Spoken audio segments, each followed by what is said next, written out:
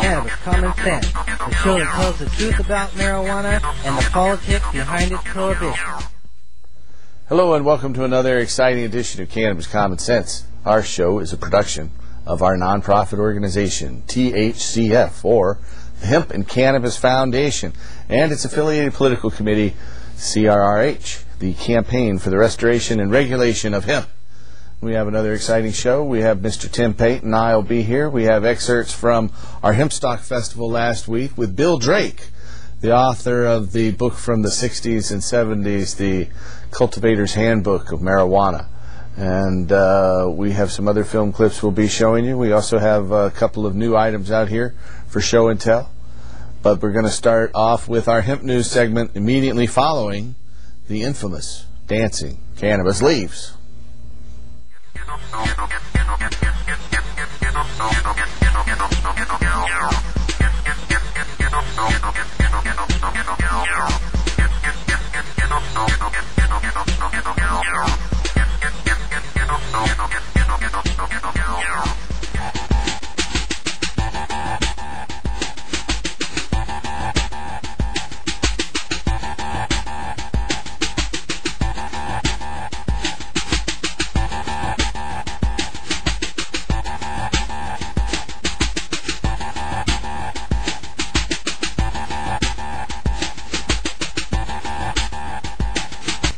Okay, our first story from the Hemp News segment tonight is from California.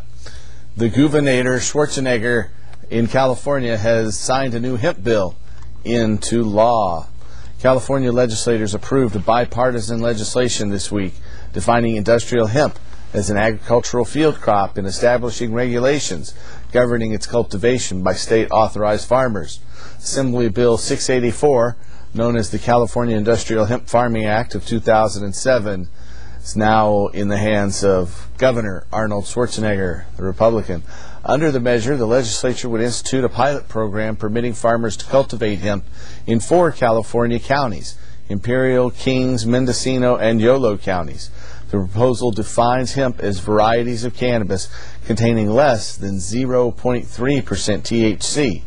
And THC, or tetrahydrocannabinol, is the primary psychoactive compound in cannabis. Farmers would be required by law to submit random samples of their plants to an authorized laboratory to ensure that their crop does not contain greater THC potencies. Industrial hemp is currently grown commercially in Canada and in the European Union for its fiber content. According to a 2005 Congressional Research Service, or CRS, report, the United States is the only developed nation that fails to cultivate the plant as an economic crop. Governor Schwarzenegger vetoed a similar bill last year, citing concerns the measure could negatively impact law enforcement efforts prohibiting the recreational use of marijuana. A statewide telephone poll performed earlier this year by Zogby International Polling found that 71% of Californians supported allowing authorized farmers legal access to cultivate industrial hemp. So that's the status on that. You know, they limit these crops to the low THC hemp. They're only good for a limited amount of fiber, much less fiber than if they had more THC. The plants would grow a lot bigger, and they produce more seed oil and protein. Our next story is from France, and it turns out that a cannabis compound is protective against mad cow disease and other fatal brain disorders, according to a new study from Valbonne, France. The administration of non-psychoactive cannabinoid cannabidiol, or CBD, inhibits prion accumulation in the brain and protects neurons against prion toxicity, according to preclinical data published in the September 5th edition of the journal Neuroscience. Prion accumulation, the accumulation of abnormal protein-based infectious particles in the brain, is the cause of various transmissible fatal neurodegenerative diseases in both humans and animals, including bovine spongiform encephalopathy, commonly known as mad cow disease, and the Creutzfeldt-Jakob disease.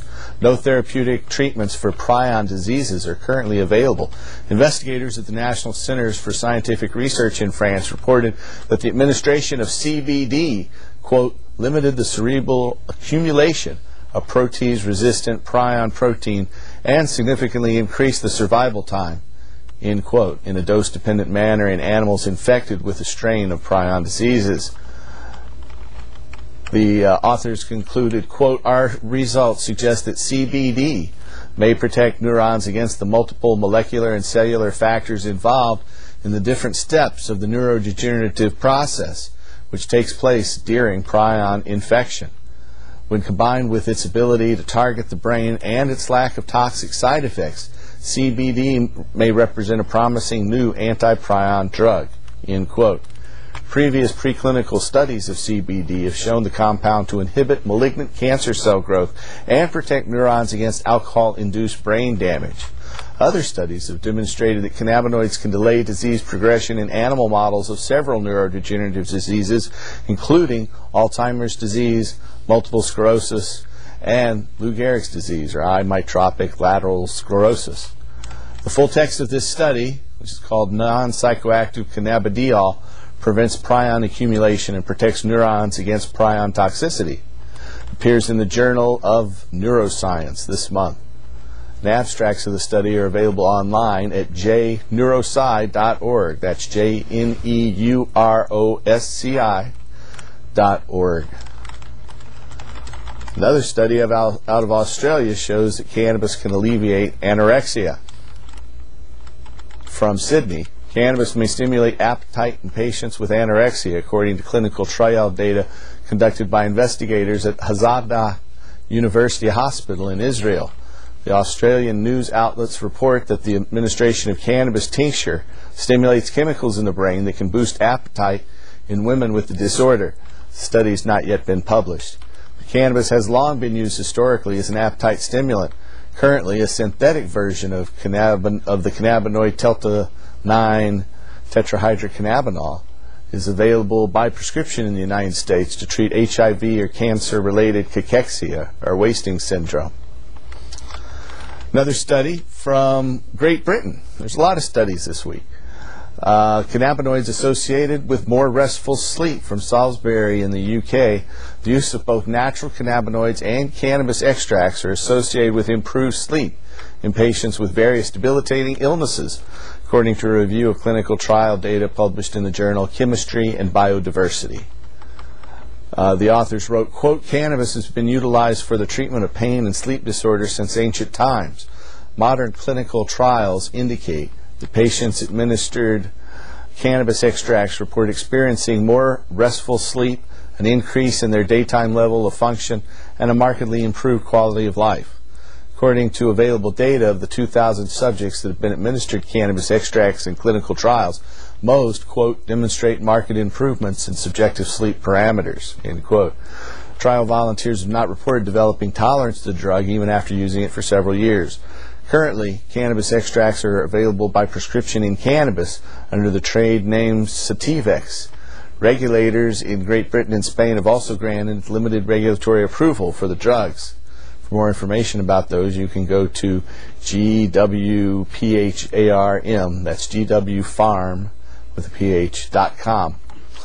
The full text of this study, Cannabis, Pain, and Sleep, Lessons from Therapeutic Clinical Trials of Sativex, appears in the Journal of Chemistry and Biodiversity.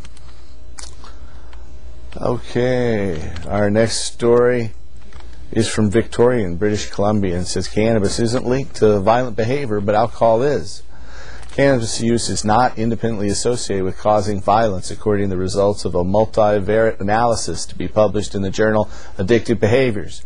Investigators at the University of Victoria Center of Addiction Research assessed how frequently subjects in the substance abuse treatment facility reported using cocaine, alcohol, and cannabis in the hours immediately prior to committing a violent act. Researchers also evaluate subjects' personality for characteristics associated with violent behavior, such as risk-taking, impulsivity, and or disrespect for the law. Investigators concluded, quote, when analyses were conducted controlling for covariance, the frequency of alcohol and cocaine use was significantly related to violence, suggesting that pharmacological effects of these drugs may play a role in violence. The frequency of cannabis use, however, was not significantly related to violence when controlling for other factors, end quote. The study's conclusions are similar to the findings of a pair of recent government reports refuting allegations that cannabis use triggers violent behavior. The first published by the Canadian Senate in 2002 determined, quote, cannabis use does not induce users to commit other forms of crime. Cannabis use does not increase aggressive or antisocial behaviors, end quote. The second review, published by the British Advisory Council on the Misuse of Drugs, reported cannabis differs from alcohol in one major respect. It does not seem to increase risk-taking behavior. This means that cannabis rarely contributes to violence, either to others or to oneself, whereas alcohol use is a major factor in deliberate self-harm, domestic accidents, and violence. Most recently, a logistical regression analysis of approximately 900 trauma patients, published in the Journal of Trauma, Injury, Infection, and Critical Care, determined that the use of cannabis is not independently associated with either violent or nonviolent injuries requiring hospitalization. By contrast, alcohol and cocaine use are associated with violence-related injuries, the study found. The full text of this study, predicting violence among cocaine, cannabis, and alcohol treatment clients, will appear in the journal Addictive Behaviors. Finally, our last story tonight is from Denver. Denver voters will decide on a municipal measure this November that instructs city officials to de-emphasize marijuana law enforcement.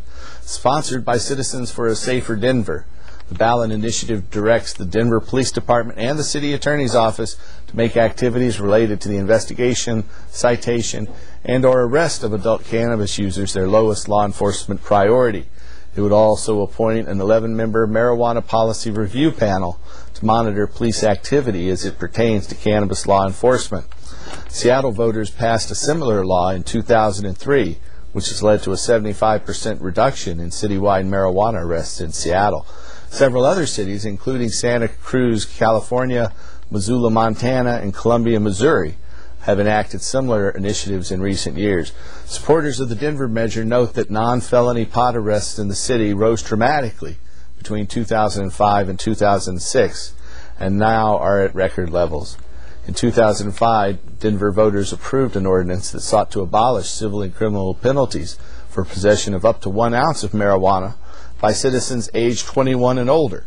However, the local Denver police disregarded the municipal ordinance, instead electing to enforce state cannabis laws which mandate a civil fine for minor marijuana possession offenses.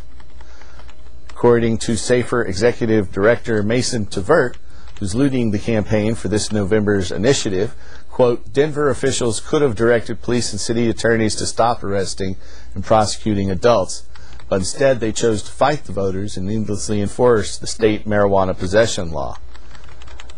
For more information on the initiative this fall, you can go to saferchoice.org. That's saferchoice.org. That's the same group that got 42% of the vote in a legalized marijuana petition last November. So they've got a pretty good track record, and our organization's actually donated some to them. Well, that's the end of our hemp news segment for tonight. A lot of news. How are you doing, Tim? I'm doing very good, Paul.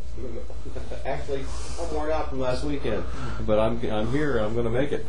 We've got Mr. Tim Pate ready to provide his musical talents for us, and then you'll be joining me to talk about some of the events of the past week and take your calls. We've had a lot of events over the last week. We That's certainly true. have. And we have some interesting new items out here to show the public, too. I think we'll get a chance to talk about that here in a minute. I think I'll just do a little music, and I think you'll roll the camera.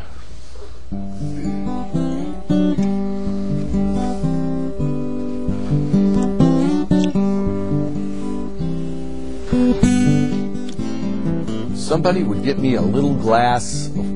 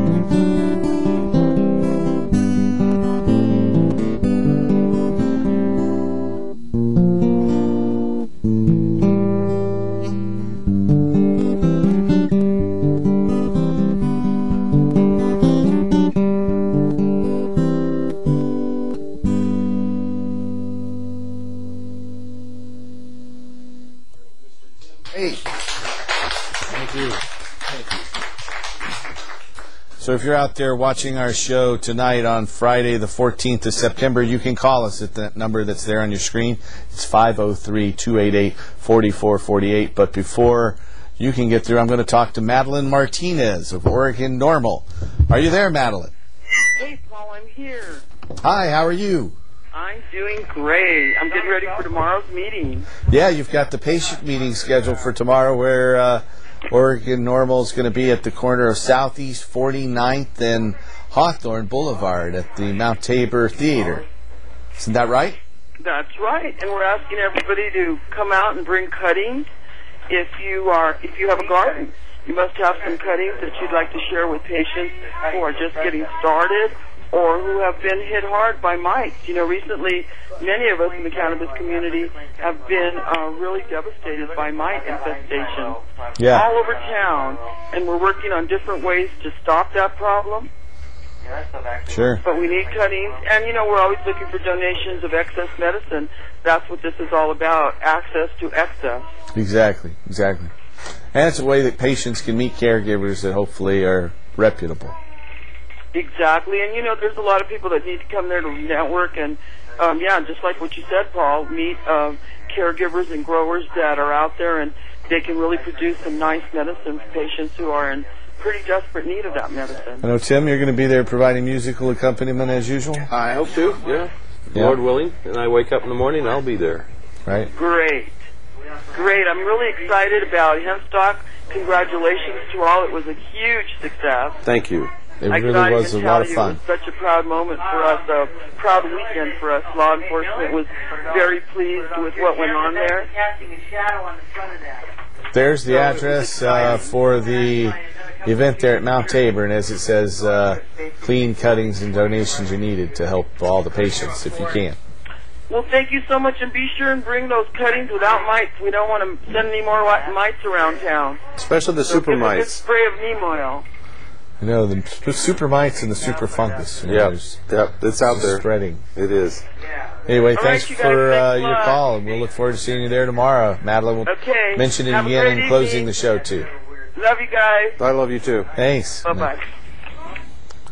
Yeah, she's a real firecracker. I'm really glad she does what she does. She's very very helpful, and there's coming to those meetings too. You get a good idea of some of the political things that are going on in the state. That's true. She's been a real dynamo in the state legislature in terms of lobbying down there. It's important. Legislative session. It's true. There's a lot of things going on there. In fact, I saw a new bill this week by Kevin Mannix. He put in another version of his crime fighters bill, and it again devastates the current OMA laws if it does pass. So we've got to make certain we defeat that one. I think we've got real strong support for the OMA as it currently stands. I do too. However, he's buried it in with some other other issues that have to do with burglary and theft. And that's why I hope that it doesn't actually make it through the constitutional review in the United States, in the state Supreme Court. If it, the state Supreme Court right now. One of them doesn't always address that. It's mainly about the ballot title, and if the ballot title accurately reflects it. But we'll see. Yep. We'll see. That's true. We will. The legal battle continues on. We just won a legal battle this last week. That's right. We were able to quash a subpoena from the federal government, DEA, and grand jury investigation out of Yakima, Washington, when the chief judge for the Eastern District of Washington ordered the U.S. Assistant Attorney to quash and destroy that subpoena. And we had received a subpoena in April for 17 people's medical records. And all of those that were our patients were contacted, and none of them, of course, wanted their records released to the federal government. And so we were fortunate enough to get the legal assistance of the American Civil Liberties Union and some top-notch attorneys that prepared briefs and argued the case back in August 1st, actually. And then the judge just came out with his ruling last week that said the subpoena was unnecessary and overreaching, and he also said that our clinic's efforts were integral to the success of the program and therefore were protected as being part of the program. Excellent. Yeah, it was ended in a very powerful way. That does. And then we ended up avoiding a legal battle by actually having a hemp stock. That's right. That's right. We were able to glad get to see that. the city to finally come around with the mere 3 weeks to spare. Also with the help of the ACLU, I might add. That's true. They And did come to our get aid. the permit for the Hemp Stock Festival, and we do have some video for that we'll be running here in just a minute. We have Bill Drake, who's the author of the seminal 60s and 70s classic, The Cultivator's Handbook of Marijuana, which actually sold over 5 million copies. Wow. Way back when. And, that was my first opportunity to meet him, and he's quite a gentleman. it was his first time for him to really come out publicly as part of our, legacy here at Hemp Stock Festival. He hadn't previously been to any pro-cannabis things. He'd written some other books on other topics. And living in Texas, you can't start cultivating cannabis. It's not a safe activity there. No, it's not. No, in fact, I know somebody who was busted for doing just exactly that once. Right. Yep. Right. Yep. Tried to hide it in a bunch of sunflowers. Didn't seem to work. Hey, we seem to have a caller. Hello, caller. You are on our show. Yeah, hey, Paul. Howdy. How you doing? Very well. How are you? Very good, sir. I just got back into town here. Welcome home. And I've been out of Oregon for a year. And you were over on the Big Island, I guess, here last year sometime, and I didn't get a chance to see you. At least that's what Roger Christie was telling me. Yeah. We stop in there about 8 or 9 times a year. I was just talking to our office manager in Hilo about an hour ago on the phone. Also. Yeah, so we see quite a few patients on the Big Island. We recently just saw patients last month for the first time on the island of Kauai. And we're looking to start seeing, we've been seeing patients for about 2 years now in Honolulu, right in downtown Honolulu. Yeah, Roger's pretty busy over there, I reckon. I haven't talked to him in a while, but...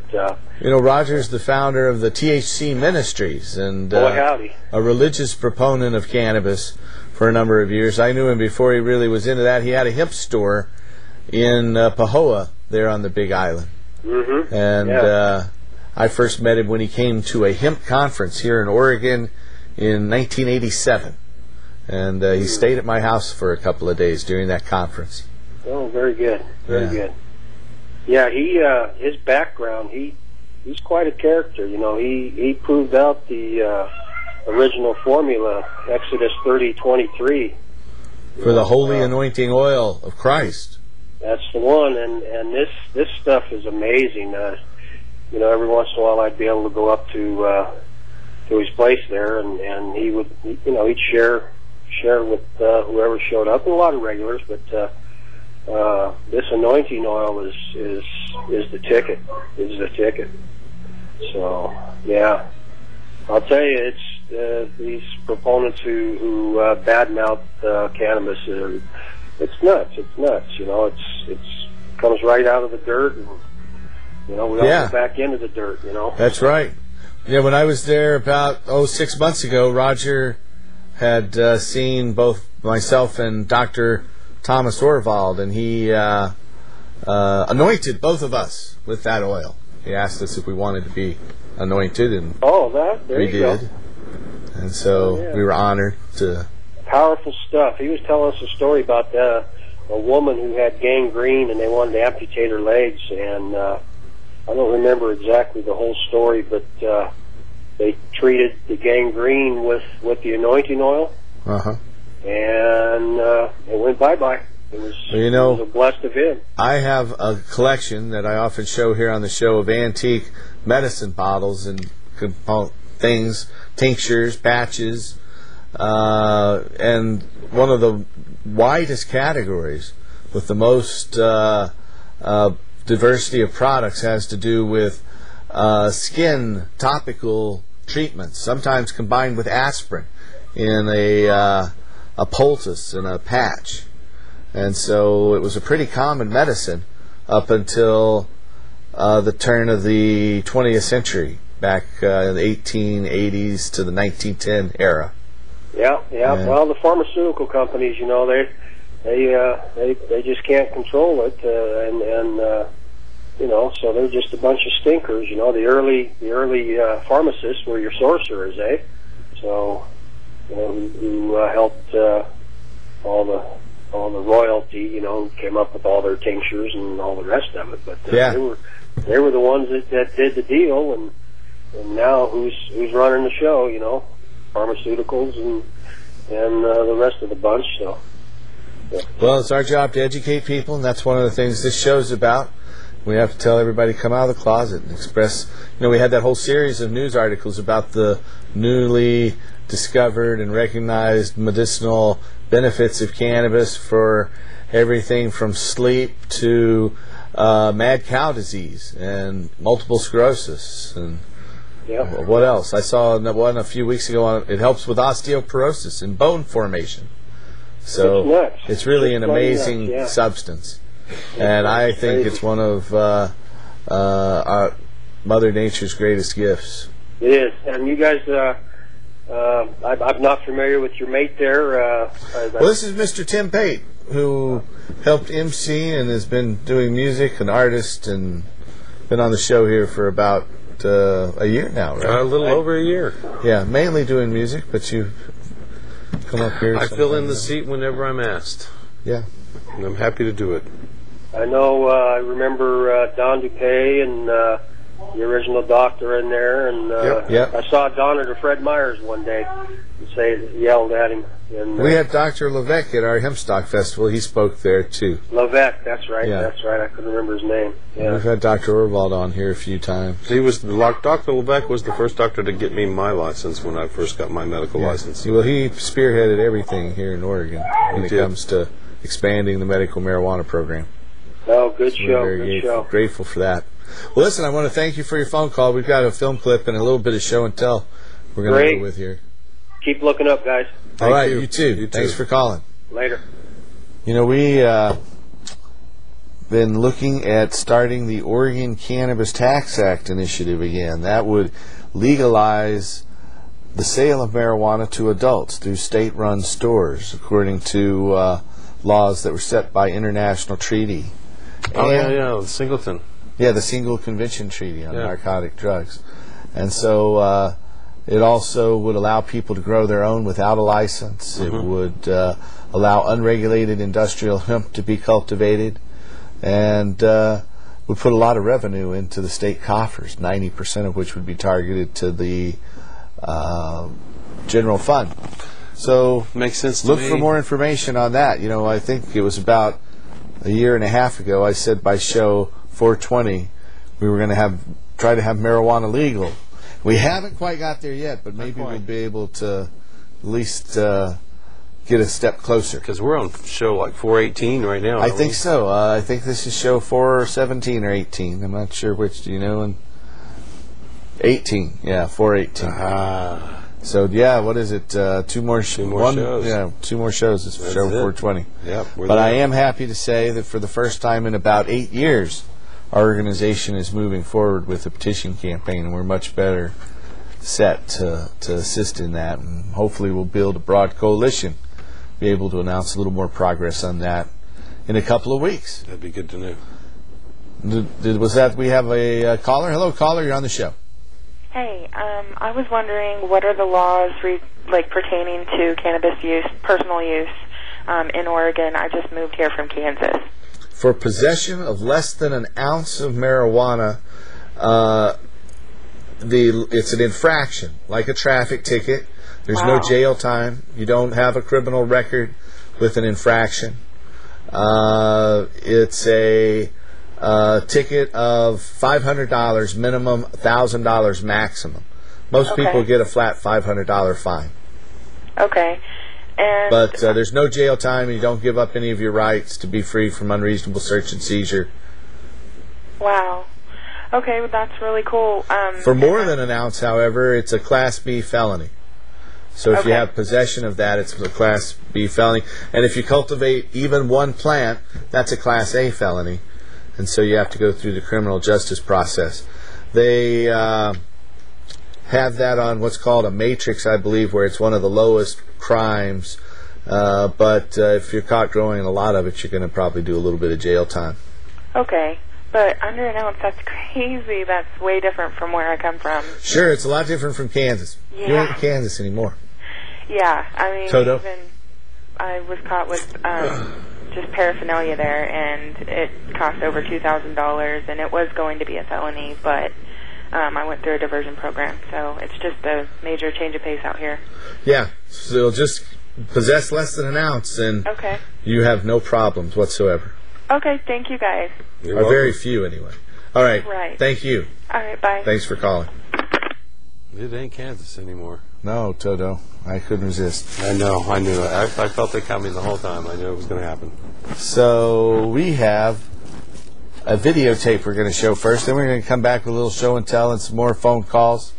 So stay tuned. This is Mr. Bill Drake, the original grandfather of the marijuana cultivation movement here in the United States. Live from Hempstock. Live from Hempstock last week here in River City, Portland, Oregon. Cool.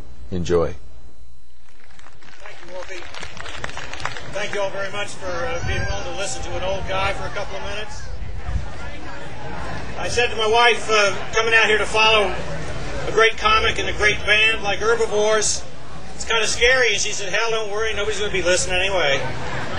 So, for those of you who are kind enough to listen to an old guy who feels good tonight, I want to say, I feel good being in the free state of Oregon.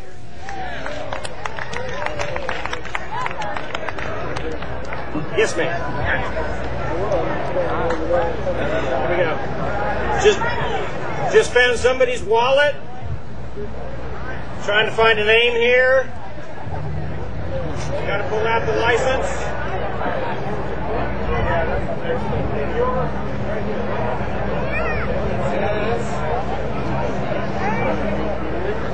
Kevin Arnold Moroni. Come on down. Let me get this back to you. Kevin Moroni, your wallet's right here. Well, Wolfie, who's from the Cannabis Foundation, is kind enough to say that my book played a role in you folks being here tonight, but with all due respect, that's not quite true. My role, if any, was to tell people about how my eyes were opened the first time I grew a marijuana plant, and how my eyes were opened the first time I smoked it when I was a young man, and they've been continuing to be opened by the experiences of those around me throughout my life, including some very elderly people who my wife and I have cared for over the years, and who, you know, after the doctors had their crack at them, they finally gave up and said, oh, all right, give me a joint. And we did. And it worked. I want to say, if you'll allow me to, without trying to sound like I'm preaching, that, as we've all heard said by many people, meaning it in many different ways, freedom isn't free. When I said I felt good being in the free state of Oregon, what I'd like to say to you tonight is I hope everyone here understands I'm from Texas. All right? I apologize, but I'm from Texas. And I want everybody here to know how far in advance the civilization that you and your brothers and sisters and your parents, and in some cases even your grandparents, have created here in Oregon. With your assisted suicide laws, I'm told to speak right into the microphone. Hell, I thought I was being heard. With your assisted suicide laws, your medical marijuana laws, things like that don't happen because the government decides one day, hey, it would be a good idea to give this to the people. It happens because compassionate people who care about each other and who care about other people who are in pain and who are in trouble get together and work hard for years. And I want you to please look to your right here at the Cannabis Foundation, at Oregon Normal, at Voter Power. The people who are involved in these organizations, and many of you out here, have been working for not just years but for decades to make things like tonight possible, when people can gather peacefully in support of not only their right to do whatever they choose with their bodies, but their right to choose whatever medications they want for their bodies when those bodies turn on them. and start getting ill or deteriorating or are subject to any of the terrible things that can happen to bodies. And I'm speaking as a 66-year-old, and I know what can happen to a body. Wolfie asked me to tie in something tonight that I'd like to just take another minute or two here and offer you as an illustration of how things come around again. Back in 1969, I wrote the first Cultivator's Handbook. I sat at my dining room table and typed out the master for the manuscript for the book on my old Royal typewriter. I had some good friends that ran the underground paper in Eugene at the time, the Eugene Auger. May it live in history. And these friends of mine and I decided we were going to put the book together ourselves. It was going to be a homegrown project, mainly because I couldn't get a publisher who'd touch it. We put the book together by hand in the attic of the Eugene Auger in Oregon in 1969, but only after I had been chased around the state for 6 months by the FBI. And that happened because I went to a printer in Eugene and said, will you print my book? And he said, do you have the money? And I said, sure. So he said, I'll print it. A couple of days later he called me and he said, I can't print it. A guy in his print shop, who is a John Birch Society, I don't know if we have John Birch anymore around or not. Those of you who are my age will remember the John Birchers. Well, this John Bircher called the FBI and said, there's this hippie wants to print a book on growing marijuana. And you ain't going to let him, are you? And they said, hell no. They talk like that. At least in Texas they do. Probably in the Portland FBI office also. Anyway, I went from one printer to the other. I went through 6 different printers. And every printer I went to, they were there right after me. And that printer was calling me up saying, I can't print this book. So I was getting really frustrated. I said, but what can I do? So I went to a friend of mine who was a real conservative guy, and I said, who's the most conservative, right-wing, redneck newspaper publisher in the state of Oregon? And he said there has to be only one, and his name is Dave Holman. I'd like you all tonight to honor that name, and I'll tell you why. This guy was the publisher of the Florence newspaper in Florence, Oregon. I went down to him. I had long hair then, believe it or not. It wasn't even gray. And this guy had his burr cut. I mean, he was straight out of the U.S. Marine Corps. And I sat down in front of him and I said, I understand that you believe in the Constitution. I believe that you believe in freedom of the press. And I put the book on the manuscript in front of him and I said, will you print this? And I told him the story about how the FBI had been following me around. And he said, you bet I'll print it, and I'll do more than that. He picked up the phone. He said, I'm going to call my friend, the field agent in charge in the Portland office, and tell him I'm printing it. Dave Holman. The reason I tell you the story about Dave in my book, it's a funny story, but it will tell you that what's going on in the state of Oregon now, the forces that are working to defeat the work of all of these people and all of you people, the work that you've been doing for years, the same people who are working to defeat you were working to defeat me in 1969. And I think the lesson I want to ask you to take away tonight is those redneck right-wing conservatives, some of them can be your best allies if you'll just go challenge them to put their money where their mouth is and to live up to their beliefs. Earlier this evening, some folks from the Hemp and Cannabis Foundation were saying, well, you know. All right, that's Mr. Bill Drake, the author of the Cannabis Cultivator's Handbook of Marijuana. And we'll have some more videos with him in future shows. He should have been speaking a long time ago. He was doing a fine job up there. He's great. He's great. He went over and visited a medicinal garden, his first time in a legal garden, he said. And we hope to have some video of that in our next show. I bet that kind of blew him away. Yeah. We'll show that. Anyway, we have another caller. Hello, caller. You're on our show. Hello? Hi. Hi. I had a question regarding how the law protects caregivers. Our house was actually broken into a couple weeks ago, and we had some medical marijuana here for a patient. It's actually my boyfriend that's the caregiver that has the card. And I was curious. It just came, I mean, we obviously at that point decided not to contact law enforcement. But I've just been tossing around the idea, and I'm curious, if our house was broken into and the only thing that they took 2 ounces of the patient's marijuana, can I call the local police department and report a break-in and tell them that I had 2 ounces? You want to be sure to have your permit on hand and show that to them and be in compliance in terms of everything else regarding the law. Right, exactly. But as long as that's, you certainly can, and I would encourage you to, if you have any idea who it might be.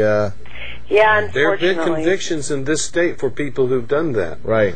So, really? Yes. Really? Yes. Oh, yeah, they've been found guilty not just of theft, but also of manufacturing marijuana with intent to sell and other related... Yeah, just because they stole the patient's medicine. Well, there was only a handful of people that, knew that was here for the patient. Exactly. And so, unfortunately, somebody that we some very people will close. steal marijuana when they wouldn't steal anything else, unfortunately. That's the only thing. So, I mean, especially if they think you won't report it. Yeah, You'll have to keep it under better security. security. Know. Yeah. We don't good have to put motion detectors and alarms around the house or something like that. Small Chihuahua dogs with big teeth. I have one. That's so funny. But we were out of town. We had we were all out of town. It was Labor Day weekend. We had the Chihuahua with us. Yeah, unfortunately, came in. Crowbar. See, how did I know it was a Chihuahua? Right. Well, she'll let us know. Psychic I'm ability. fine with her here, but. All right. Well, I appreciate it. You guys keep doing what you're doing. Thank you. All right, we shall. Thanks for your call. Have a good weekend. You too. Bye. If you have a call for us, call us at 503-288-4448. We're here live on Friday, the 14th of September, 2007. We have a couple of show and tell items. I'd like to thank Aiko, our web designer, for bringing these in. A Living Harvest protein powder. We've had a couple of other protein powders. And this new Living Harvest hemp seed oil in a nifty brown bottle here. Something new for the bottle connection. Is that a green? Yeah, that is green. That is a green one. You're right. And the label's green too. It's all green. Yes. That's good. Anyway, you get a flash on your eyes. Some healthy hemp seed oil, and then we have another new item, a newly redesigned digital volcano, where we have had other volcanoes in the past that had a little knob here in the front. This is a digital one, and they've actually redesigned the chamber as well. This is the chamber, has little legs that fit around this little heat exhaust port at the top. So what happens is you push the red button and it heats up to the desired temperature. We have this set at 375 degrees, and right now we don't have cannabis in here. I'd like to tell you this is herbal tea with peppermint and rose hips and yerbena and other things from an herbal tea straight from the folks here. Anyway, this pops right on top. And this thing, it looks like they've got a whole new bag design too. It's like a disposable bag. It doesn't have the metal valve. This just pops right on and off, and you push that button and it just fills up ever so quickly. Comes with these bags, and you get like 5 bags per kit. And so you have these 5 disposable bags with separate mouthpieces. That's going to lower the transmission of colds and viruses and things like that. So this will help in that regard.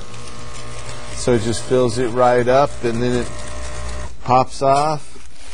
Like mouthpiece pops in, and voila, you have this nifty bag of vapor. Peppermint tea. Peppermint tea? Yeah. I'll see for myself, then I'll just... All right. Yep, peppermint tea, all right. It is.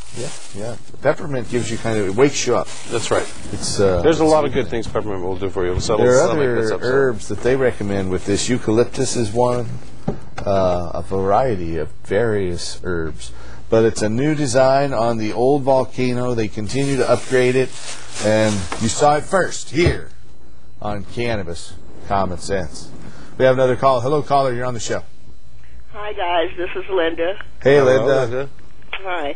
I was calling, this is for all the activists out there. I ride the bus to work, and on those bus trips to my job and from my job, I pass out cards from Oregon Normal and THC.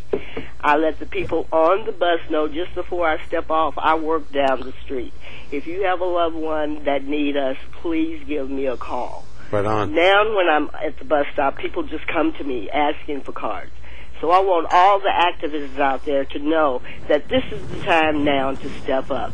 You guys keep doing a great job because you're doing everything right, and I'm 100% behind you. Love you guys. Thank you, Linda. Well, you are doing the same thing. The woman who just called is one of the main stays in the local normal program, and our local normal program happens to be one of the finest ones in North America. So. That doesn't surprise me that you're doing something like that. That's a good thought and a way to actually reach people who normally might not get our message. That's cool. Yeah, this show is really about ending adult marijuana prohibition, restoring industrial hemp, and helping medical marijuana patients. So that's what we're about. We hope to begin to politically flex our muscles in the very near future. We've already got OMA. We've had some impact in the legislature, but there's more to come. So stay tuned. We have another caller, though. Hello, caller. You're on the show. Hi there. I was wondering what we could be doing right now to stop the Kevin Mannix crime bill with the OMA tacked on it, and if there's something we can do now, because I know he's just collecting signatures, that I've written Bill Bradbury and my representative and other people, but what could I do now? Well, you can write letters to various media outlets, expressing your outrage that, there's this crazy bill out there from Cannabis and Mannix that ties the state's very successful medical marijuana program to burglaries and other crimes, and attempts to set up a very expensive prescription drug program in its place. His Kevin Mannix initiative would require everyone who has a medical marijuana permit to get a prescription for Marinol or Sesamet, another cannabis analog, and the state would have to provide those pharmaceutical drugs, and they're very expensive. So that's one thing that we can do. Another one is to just tell your family and friends, and be sure to tell people not to sign that initiative. Okay. And then hopefully, if it doesn't make the ballot, right now it's tied up in the courts and it's not in circulation yet. He's filed 4 different versions of this bill. A new one just last week, I believe. Yep. And he hopefully will just keep it tied up in the courts, and if he does get it out there, we'll oppose it in the streets. And if he makes the ballot, we'll oppose it in the media and in the ballot box. All right. We will never surrender. Not this time. All right. Thanks so much. Bye. We'll fight them in the air. Yes. All right. Thanks for calling. Fight them on the land. We'll fight them on the sea. Yes. The Churchill, I believe. Yes. He was that was inspirational, wasn't he? He was. Well, it's time for inspiration. We've got a battle on our hands. It's okay to be inspired.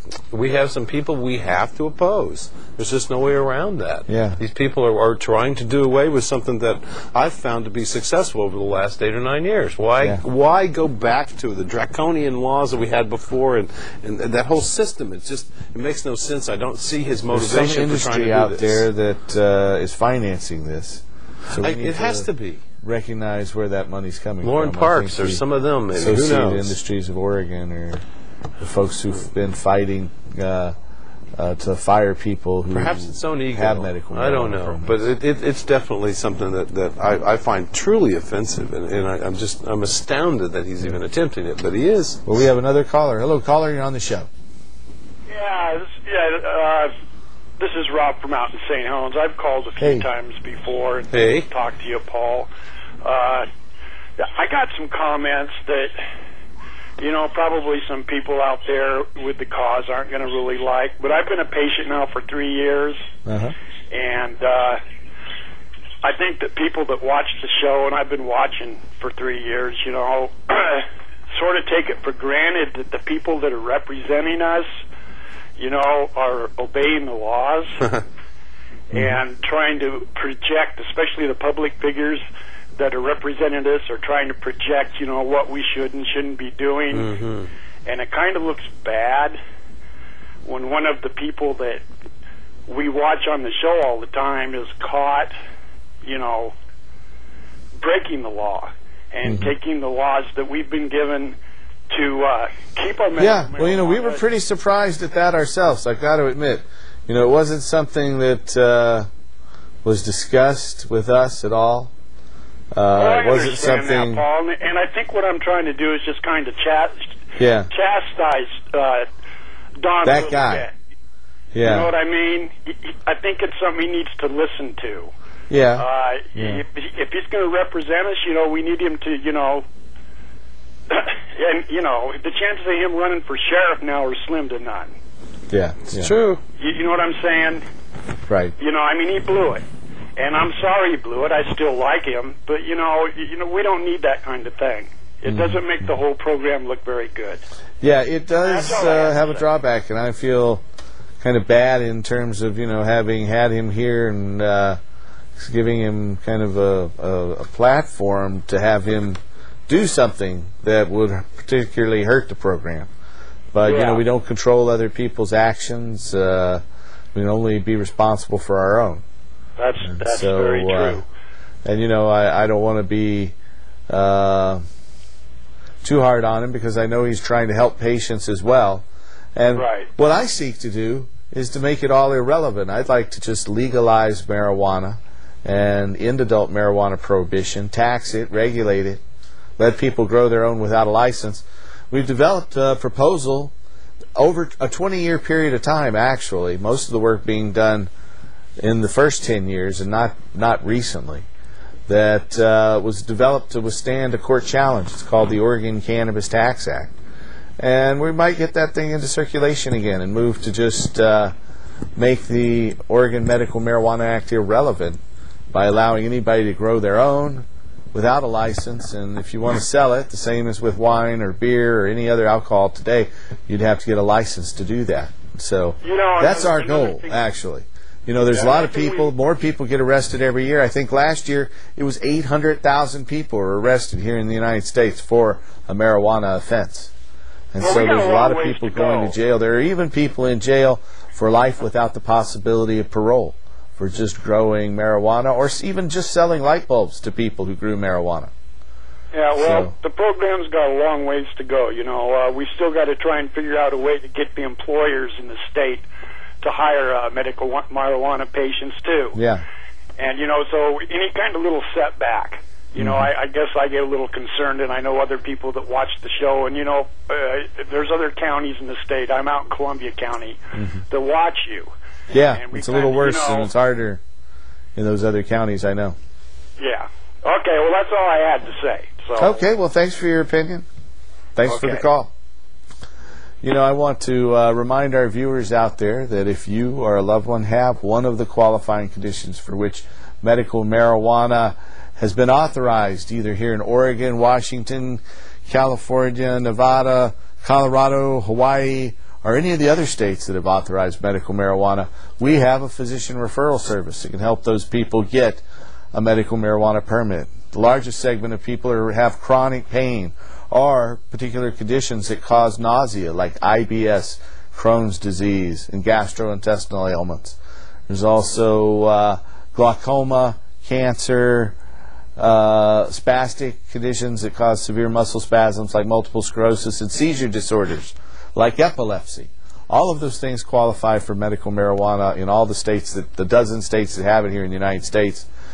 And we have a referral service here in Portland. You can call that number that just popped up at the bottom of your screen. It's 503-235-4606. That's 503-235-4606. If you're in Seattle, we have a Seattle clinic up there in Bellevue, actually, and the contact number is 206-878-1701. That's 206-878-1701. I'm proud to say that in Denver, Colorado, this show is the #1 cable access show in Denver, Colorado, according to votes on their website, dproduction.org. And you can call our Denver clinic at 303-403-9996. That's 303-403-9996. If you're anywhere outside of Denver, Seattle, or Portland, you can call our toll-free number at 1-800 1-800-723-0188. That's 1-800-723-0188. And I think Mr. Tim Pate is now morphed into his musician artist self, and he's ready to strum his guitar. I want to thank all of you for watching another exciting edition of Cannabis Common Sense. And tune in next week, and especially the week after, for show 420. Get active. Stay tuned. You ain't seen nothing yet. Help us restore hemp.